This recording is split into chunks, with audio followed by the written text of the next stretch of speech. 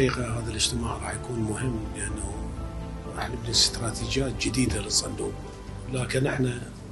أول شيء نريد نعرف ايش قد بالصندوق، ايش قد عندنا فلوس، نريد نعرف التعليم العام ايش قد ينطي للصندوق، نريد نعرف ايش قد انتم يدخل للصندوق من موظفيكم ومعلميكم ومدرسيكم.